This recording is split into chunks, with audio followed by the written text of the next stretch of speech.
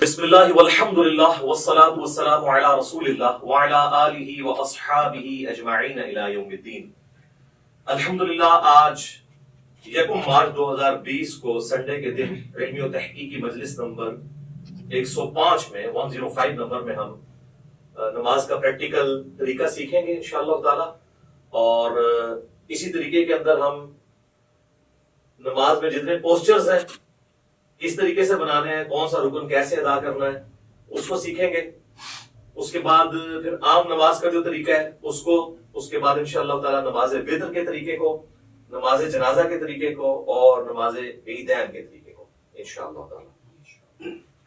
تو سب سے پہلے میں جو نماز کے لیے ہماری ریکوائرمنٹ ہے اس کو ڈسکس کرتا ہوں۔ وضو اور غسل والا معاملہ تو الگ سے ہے، یہ ساری چیزیں انڈرسٹوڈ ہیں۔ اس کے بعد جب آپ مسجد میں آئیں گے تو نماز کے لیے سب سے ضروری چیز یہ ہے کہ آپ قبلہ رخ کھڑے ہوں گے اور اپنے دماغ میں نیت کو حاضر کریں گے کہ آپ کون سی نماز پڑھنے جا رہے ہیں۔ جب تک نیت حاضر نہیں ہوگی نماز درست نہیں ہوگی۔ صحیح بخاری اور صحیح مسلم کی متفق علیہ حدیث ہے کہ اللہ کے محبوب صلی اللہ علیہ وآلہ وسلم نے فرمایا انما الاعمال بالنیات، اعمال کا دار و مدار نیتوں کے اوپر۔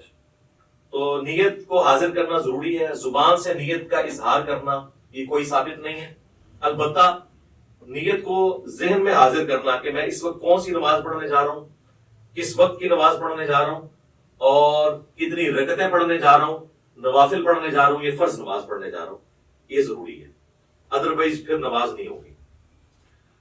اور جب آپ قبلہ رخ کھڑے ہوں، اب ہم تو ڈسکس کر رہے ہیں انڈیویجول کی نماز، جب امام کے پیچھے نماز پڑھنی ہے اس کا پروٹوکول تھوڑا بہت جو ڈیفرنٹ ہے، سب سیدھی کرنے کے اعتبار سے انشاءاللہ پریکٹیکلی کریں گے، آپ سب لوگوں کو کھڑا کر کے انشاءاللہ۔ انڈیویجول جب کھڑے ہوں گے نماز کے لیے تو آپ نے اپنے پاؤں اتنے کھول لیں کہ نارمل جس کو کہا جاتا ہے، یعنی اگر میں اپنے اس بازو سے ایک سیدھا پرپینڈیکولر ڈرا کروں تو وہ سیدھا جا کے میرے پاؤں کے ایج کو پہنچے، نہ بہت زیادہ پاؤں کھول لیں اور نہ بہت زیادہ بہت کم۔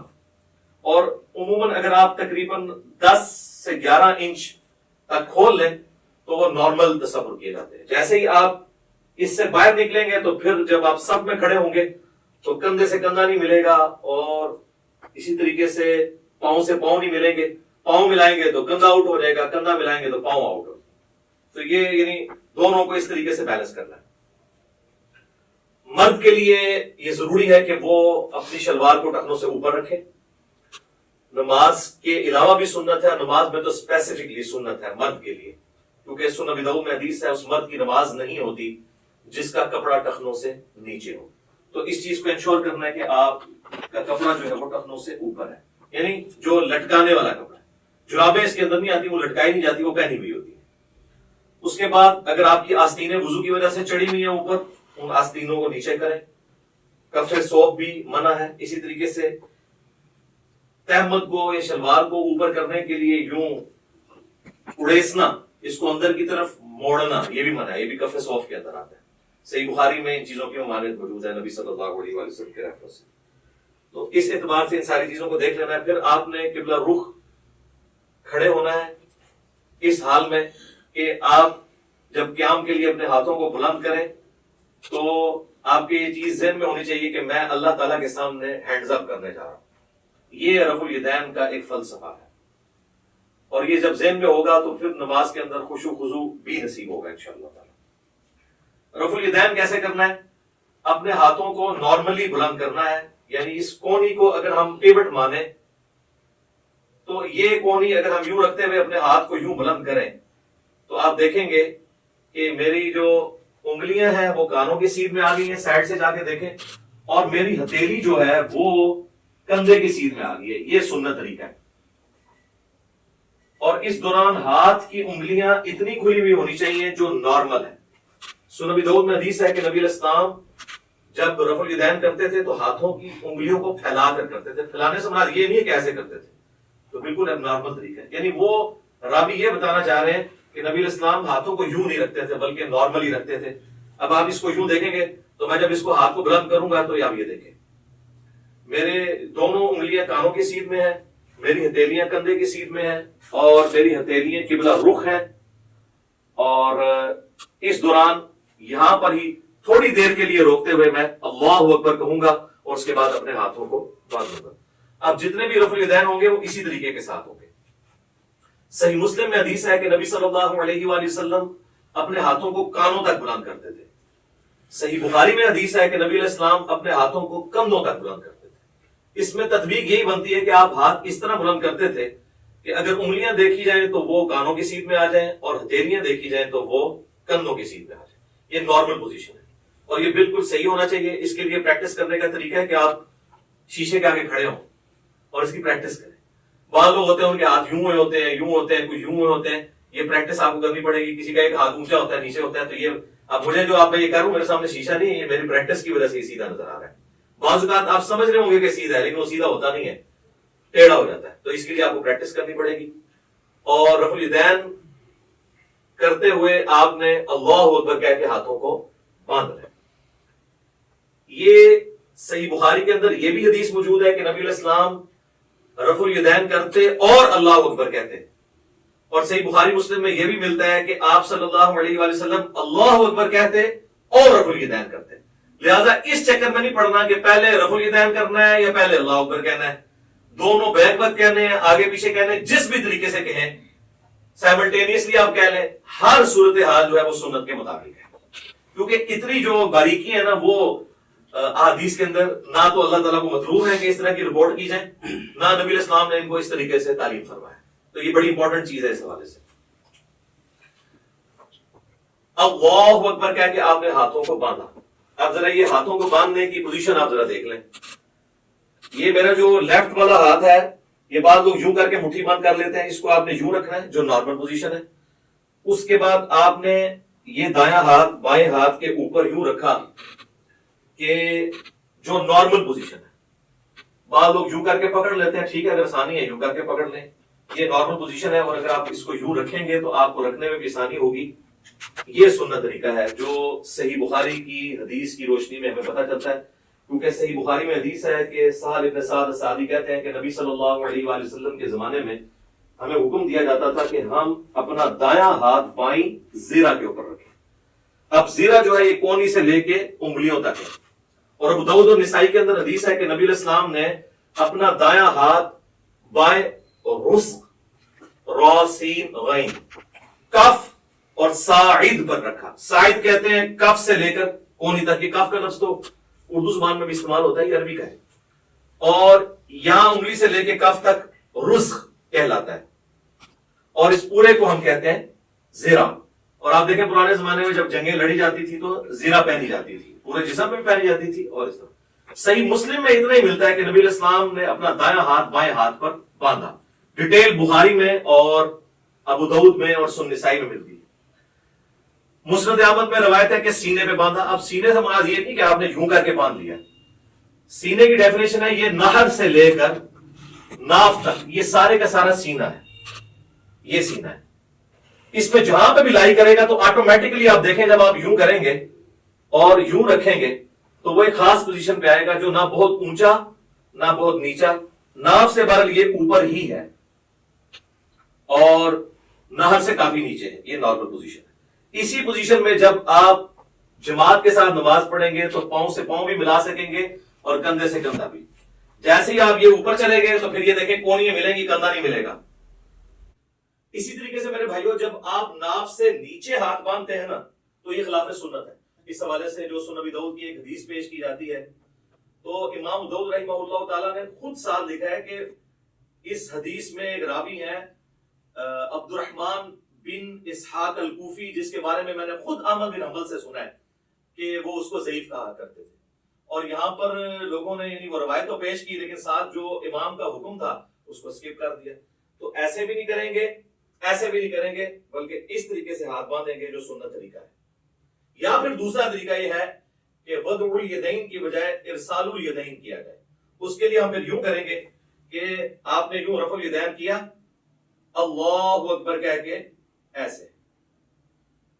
بعض لوگ بالکل ایسے ساتھ ملا لیتے ہیں، بعض مٹھیاں بند کر لیتے ہیں، بعض ایسے کر کے کھڑے ہو جاتے ہیں. بالکل غلط ہے.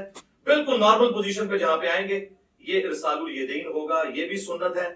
اگرچہ اس حوالے سے جو سنن طبرانی کی روایت ہے اس میں خصیب الجحد الراوی جو ہے وہ ضعیف ہے، لیکن چونکہ موقوفاً روایتیں عبداللہ ابن زبیر سے ملتی ہیں المصنف ابن ابی شیبہ میں، بلکہ مصنف ابن ابی شیبہ میں پورا چیپٹر ہے ان صحابہ اور تابعین کا بیان جو ہاتھ باندھ کے نماز پڑھا کرتے تھے، اور ان صحابہ اور تابعین کا بیان جو ہاتھ کھول کر نماز پڑھا کرتے تھے. یہ دونوں طریقے سنت ہے. اور میں نے تو سنن ابی داؤد کی جو 730 نمبر حدیث ہے اس سے بھی یہ چیز ثابت کی ہے کہ انڈائریکٹلی ابو حمید سعدی کی جو 10 صحابہ والی حدیث ہے وہ بھی اس کو سپورٹیو ہے کہ ارسال الیدین کرنا بھی سنت ہے. اس پہ میرا کلپ الحمدللہ لاکھوں لوگوں نے دیکھا ہے، فیس بک کے اوپر بھی، یوٹیوب کے اوپر بھی. آج میں اس ڈیٹیل میں نہیں جاؤں گا. بہرحال ارسال الیدین بھی سنت ہے. الحمدللہ ہم دونوں طریقے سے نماز پڑھتے ہیں. کم از کم میں ایک نماز ضرور ارسال الیدین سے پڑھتا ہوں.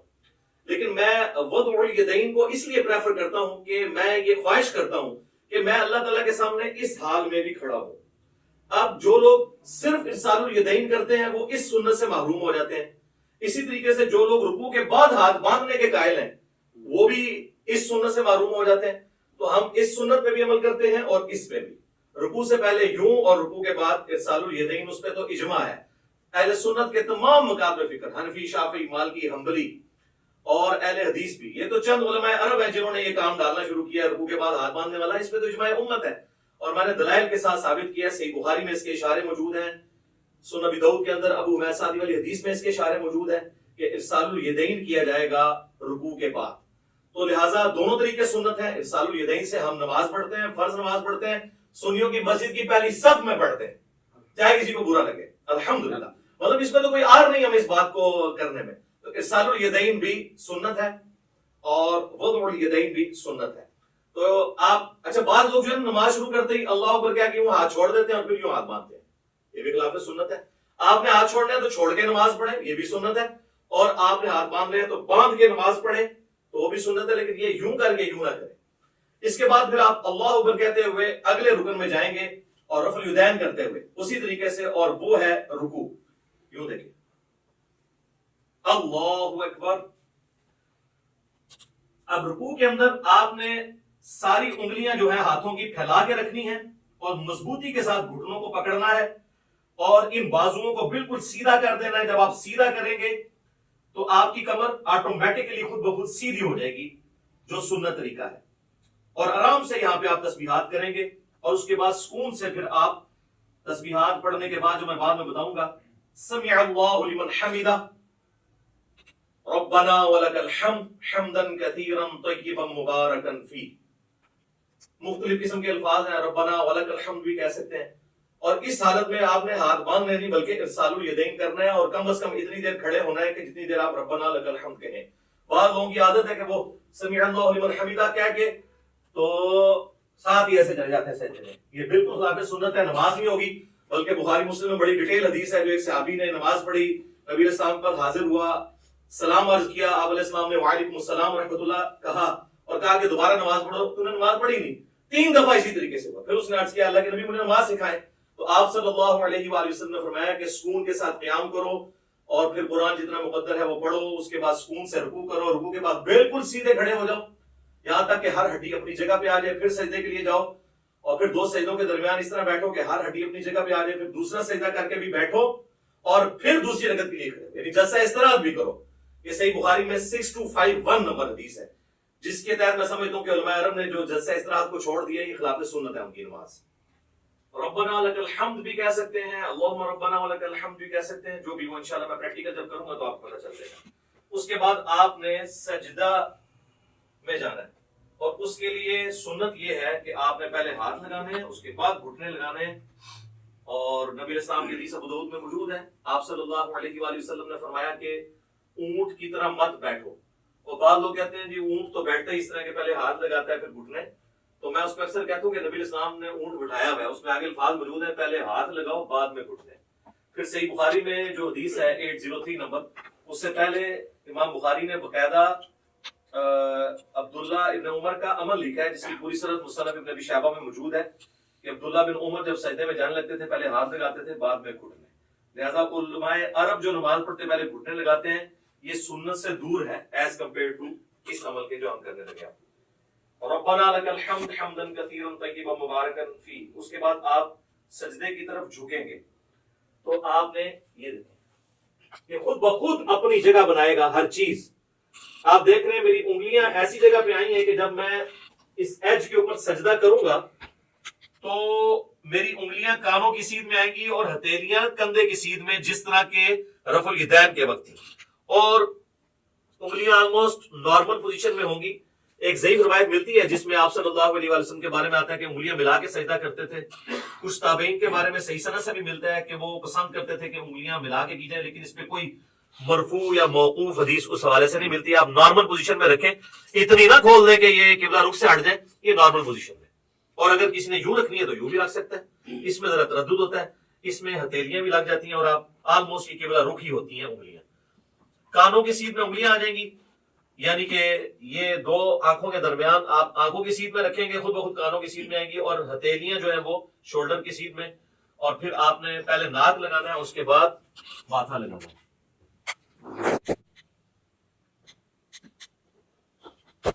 اسی حالت میں سجدے کی تسبیحات آپ نے پڑھنی ہے، سبحان ربی الاعلی، یا باقی تسبیحات انشاءاللہ پڑھ کے بتا دوں گا۔ اور پاؤں کی انگلیاں قبلہ رخ ہونی چاہیے، دونوں ایڑیاں آپس میں جڑی ہوئی ہوں، اور ہاتھ جو ہے وہ پہلوؤں سے الگ ہوں، رانے جو ہے وہ پنڈلی کے جوڑ سے الگ ہوں نارمل پوزیشن کے اوپر، اور ادھر سے اگر یعنی اس میں گیپ بھی موجود ہونا چاہیے۔ سب سے افضل طریقہ تو یہی ہے کہ تھوڑا اور بڑا کر لیا جائے سجدہ یوں کر کے، لیکن وہ آج کل ہماری سبھی جو ڈیزائن ہے اس میں وہ بڑے والا سجدہ نہیں ہوتا جو بخاری مسلم میں آتا ہے کہ بکری کا بچہ بھی گزر سکتا تھا، وہ اعلیٰ ترین درجہ ہے۔ جس چیز سے منع کیا گیا نا وہ یہی ہے کہ آپ نے، بخاری مسلم میں آتا ہے کہ کونیاں زمین پہ کتے کی طرح نہیں یوں بچھانی، اور ظاہر ہے اس حکم میں مرد و عورت دونوں ہی شامل ہیں نماز کے طریقے کے اعتبار سے، تو اس کو اٹھا کے رکھنی ہے اور پہلوؤں سے الگ رکھنا ہے، پیٹ سے نہ ٹچ کریں، پیٹ جو ہے وہ یہ رانوں سے الگ رہے، اور ران اور پنڈلی کا جوڑ جو ہے یہ الگ الگ رہے، اس حالت میں آپ نے سجدہ کرنا ہے۔ تو یہ اس کے بعد اللہ اکبر کیا ہے کہ آپ نے جب بیٹھنا ہے تو آپ کی پوزیشن کیا ہونی چاہیے کہ آپ یہ انگلیاں قبلہ رخ ہوں، یہاں پہ بھی نارمل، یوں کرنے کی ضرورت نہیں ہے، نارمل رکھیں جہاں آپ کو آسانی رہتی ہے۔ اس طریقے سے بھی سنت ہے، صحیح مسلم کے اندر یہ طریقہ بھی آیا ہے اور صحیح مسلم کے اندر یہ طریقہ بھی آیا ہے، یہ دونوں طریقے سنت ہے۔ یہاں پہ مشہور ہے کہ جی وہ اگر کسی کی انگلیاں یوں نیچے ہو جائیں تو اس کی انگلیاں کاٹ دی جائیں، جبکہ صحیح مسلم میں کہ نبی الاسلام جب آخری رکعت میں تورک بیٹھتے تھے، جو میں اینڈ میں بتاؤں گا، تو اپنے بائیں ہاتھ سے اپنے گھٹنے کو لقمے کی طرح پکڑ لیتے تھے۔ تو یوں بھی رکھنا سنت ہے، اور جب یوں رکھیں گے تو ابو داؤد میں حدیث ملتی ہے سنن نسائی کے اندر کہ نبی الاسلام کی جو یہ زرہ ہے وہ ران کے ساتھ لگ جایا کرتی تھی، آپ یہ دیکھیں لگی ہوئی ہیں، دونوں زریں ران کے ساتھ لگی ہوئی ہیں، اور جب یوں رکھیں گے تو پھر یہ ران سے اٹھ جائیں گی۔ یہ طریقہ بھی سنت ہے، اس میں کوئی فرق نہیں ہے، دونوں طریقے سنت ہیں۔ یہ دو سجدوں کے درمیان آپ بیٹھیں گے اور اس میں آپ نے جو تسبیحات پڑھنی ہے، رب اغفر لی رب اغفر لی، اس کے علاوہ اور تسبیحات بھی ہیں۔ بعض لوگ یہاں پہ بھی انگلی اٹھا لیتے ہیں، وہ حدیث بھی کمزور ہے، سفیان ثوری کی تدریس کی وجہ سے انگلی نہیں اٹھانی، نارمل رکھنا ہے آپ نے۔ اس کے بعد پھر اللہ اکبر کہہ کے آپ نے دوسرے سجدے میں جانا ہے، اور پھر اسی طریقے سے تسبیحات کرنی ہے۔ ناک بھی لگنا چاہیے، ماتھا بھی لگنا چاہیے، اور زمین کی سختی ہلکی سی معلوم ہونی چاہیے، بالکل نہیں ہوا میں سجدہ ہو رہا ہو۔ بہتر ہے مٹی والی جگہ پہ ہو تو زیادہ افضل ہے، اور نبی الاسلام کو پسندیدہ بھی ہے، باقی چٹائی وغیرہ بھی جائز ہے، میں نے اس کے حوالے سے بھی کافی ویڈیوز ریکارڈڈ موجود ہیں۔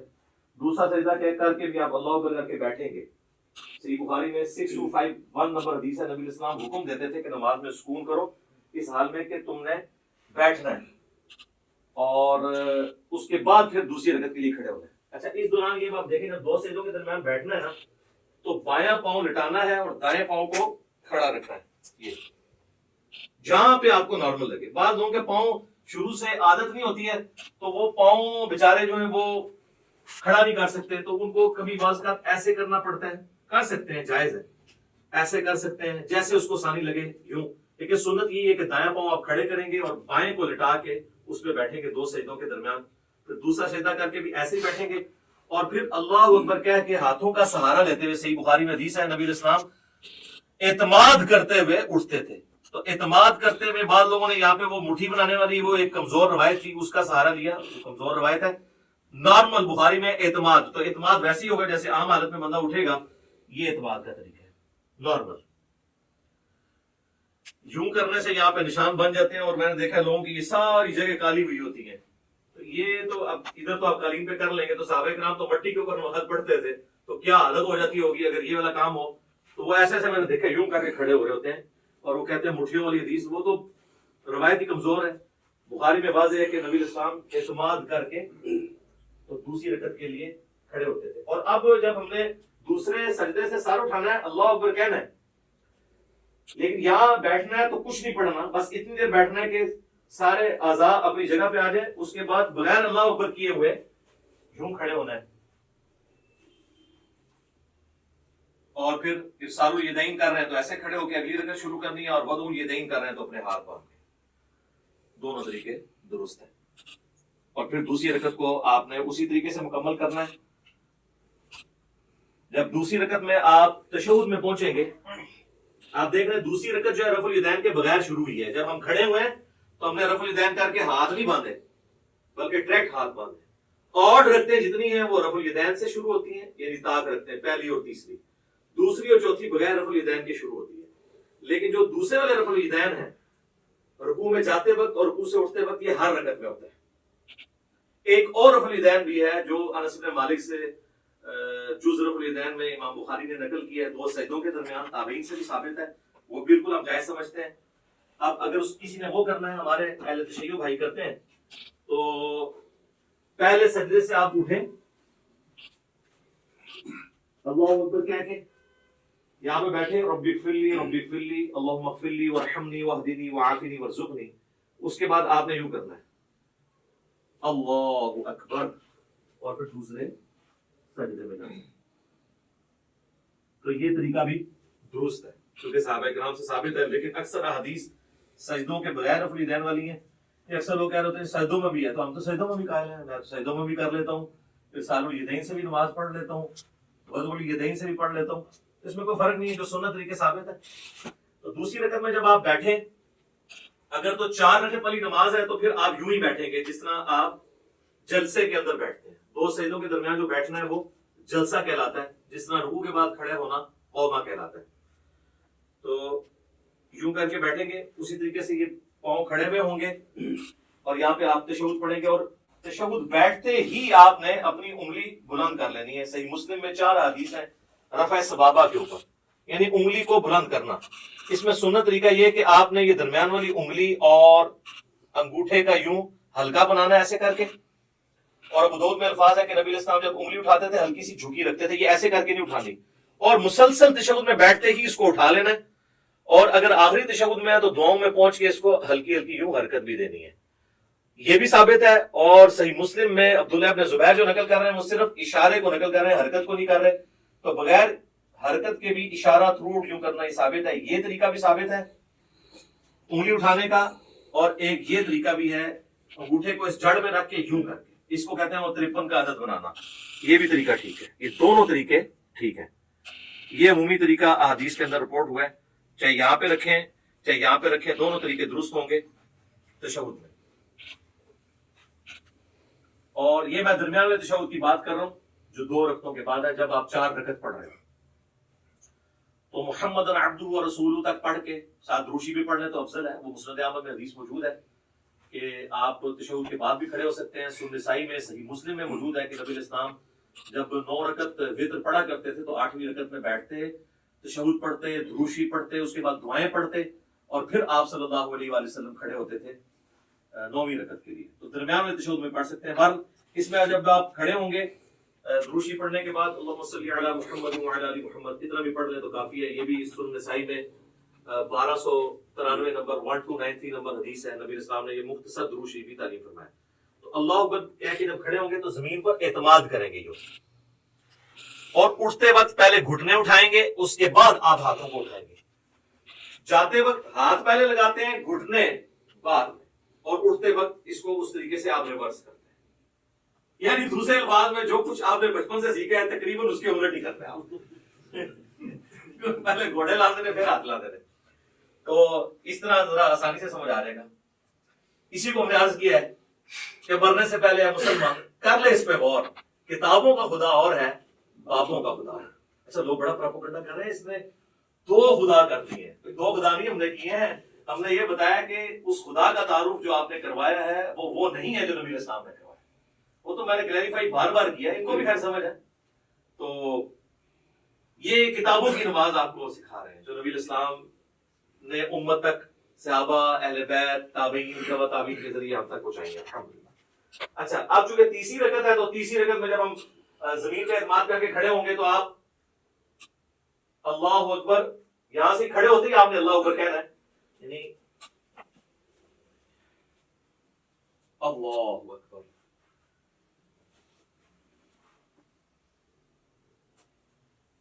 پھر وضع الیدین کر لینا ہے, یا اگر آپ نے ارسال الیدین کرنا ہے تو آپ یوں کر لیں. اور پھر تیسری رکعت میں جو پڑھنا ہے وہ انشاءاللہ میں پریکٹیکلی پڑھ کے بھی بتا دوں گا, سب کو پتہ ہی ہے, ہم تو پوسٹرز اس وقت ڈسکس کر رہے ہیں کیسے کیسے بنانے ہیں. تیسری رکعت بھی اسی طریقے سے ہوگی, اور تیسری رکعت میں بھی دوسرا سجدہ کرنے کے بعد جلسے میں بیٹھ کے, جسے جلسہ استراحت کہتے ہیں, پھر آپ نے کھڑے ہونا ہے تیسری رکعت کے لیے اور چوتھی رکعت کے لیے, اور وہ رفع الیدین کے بغیر ہوگی. ڈائریکٹلی ہاتھ باندھیں گے یا ارسال الیدین کریں گے نارمل پوزیشن میں. پھر اسی طریقے سے اللہ اکبر کہہ کے آپ رکوع میں جائیں گے, پھر رکوع سے اٹھیں گے اور ربنا لک الحمد کہیں گے. تو چوتھی رکعت میں جب آپ دوسرا سجدہ کر کے بیٹھیں گے تو صحیح بخاری میں موجود ہے, نبی صلی اللہ علیہ وآلہ وسلم تورک کیا کرتے تھے, اور اس میں الفاظ ہیں چوتھی رکعت میں بیٹھتے تھے, اور ابو داؤد میں یہ الفاظ ہیں ابو میسادی والی حدیث کے اندر کہ جس رکعت میں آپ نے سلام پھیرنا ہوتا تھا نا اس میں آپ تورک کرتے تھے. تو اس سے ہمیں یہ بات پتہ چلی کہ چاہے 4 رکعت والی نماز ہے, 3 والی ہے, 2 والی ہے, جس تشہد میں دروشی پڑھنے کے بعد آپ نے سلام پھیرنا ہے اس میں آپ نے تورک کرنا ہے. اور اس میں حکمت بھی ہے کہ اس میں انسان تھکتا نہیں ہے. تورک جو ہے یہ دایاں پاؤں آپ نے بائیں پاؤں کے نیچے سے گزار کے دائیں پاؤں کو آپ نے کھڑا کرنا ہے, اور آپ نے دائیں پاؤں کے نیچے سے بائیں پاؤں کو گزارنا ہے اس حالت میں. یہ تورک ہے. اور آپ یوں بھی کر سکتے ہیں. یہ ابو داؤد میں یہ بھی حدیث ہے کہ نبی علیہ السلام نے اپنے دونوں پاؤں ایک طرف نکال دیے. یہ ایک طرف نکالے ہوئے میں نے دونوں پاؤں, یہ بھی ٹھیک ہے, یہ بھی ٹھیک ہے. اس میں حکمت یہ ہے کہ جب آپ یوں بیٹھتے ہیں نا تو آخری تشہد تو چونکہ نبی علیہ السلام کا بہت زیادہ دعاؤں پہ ہوتا تھا, لمبا ہوتا تھا, اس پہ آپ تھکتے نہیں ہیں. اس طرح بیٹھیں گے تو تھوڑی دیر کے بعد آپ کو تھکاوٹ محسوس ہونا شروع ہو جاتی ہے, الا یہ کہ بہت پتلا بندہ اس کو تو فیل نہیں ہوتا. تو یہ درمیان والا تشہد ہے اور یہ آخری تشہد ہے, چاہے وہ فجر کا ہو, مغرب کا ہو, عشاء کا ہو, آخری تشہد اس طریقے سے ہونا ہے. اور اس میں بھی آپ نے اس طرح انگلی اٹھا کے رکھنی ہے, تشہد میں مسلسل انگلی اٹھانی ہے. یہ جو کہتے ہیں اشہد ان لا الہ پہ اٹھاؤ, الا اللہ پہ گرا دو, یہ کوئی ثابت نہیں ہے. یہاں پہ رکھیں یہ بھی سنت ہے, اور یہ صحیح مسلم میں الفاظ ہے کہ نبی علیہ السلام جب تشہد میں بیٹھتے تو اپنا دایاں ہاتھ جو ہے وہ دانے گھٹنے کے اوپر بائیں گھٹنے پہ رکھ کے اس کو لقمے کی طرح پکڑ لیتے, جو آپ کے باپوں نے آپ کو سکھایا کہ جس کی انگلیاں نیچے وہ انگلیاں کاٹ دی جائیں. اور یہ وہ سنت ہے جو صحیح مسلم کہتا ہے. ہر شے پٹھی دسی تو پھر کہتے ساڈے بابے نے کچھ کہتا ہے, اور کیوں کہاں میں نیوٹن نو کہاں, جنہوں نے کام پایا انہوں نے کہنا ہے نا. یہ بھی سنت ہے, یہ صحیح مسلم میں یہ بھی سنت آئی ہے, اور یہ بھی, یہ مسلسل اٹھا کے رکھیں. اور ابو داؤد میں, نسائی میں آتا ہے کہ جب آپ دعاؤں میں پہنچتے تھے نا تشہد کے اینڈ پہ دروشی کے بعد, تو ہلکا ہلکا اسے یوں حرکت بھی دیتے تھے. اور اس کے بعد جب آپ پورا تشہد دعائیں مانگ لیں گے پھر آپ نے دائیں اور بائیں سلام پھیرنا ہے. اس میں جو امام مسجد حضرات ہیں وہ تو سلام یہی پھیر ہوتے ہیں, السلام علیکم ورحمۃ اللہ, اور دوسرا سلام ادھر کرتے ہیں السلام علیکم ورحمۃ اللہ. یہ بالکل خلاف سنت ہے. آپ نے دائیں طرف والے نمازیوں کو بھی, اور فرشتے ہوں تو ان کی طرف بھی سلام بھیجنا ہے. تو اس کے لیے طریقہ یہ ہے کہ آپ نے پوری گردن موڑنی ہے یوں کر کے, السلام علیکم ورحمۃ اللہ, السلام علیکم.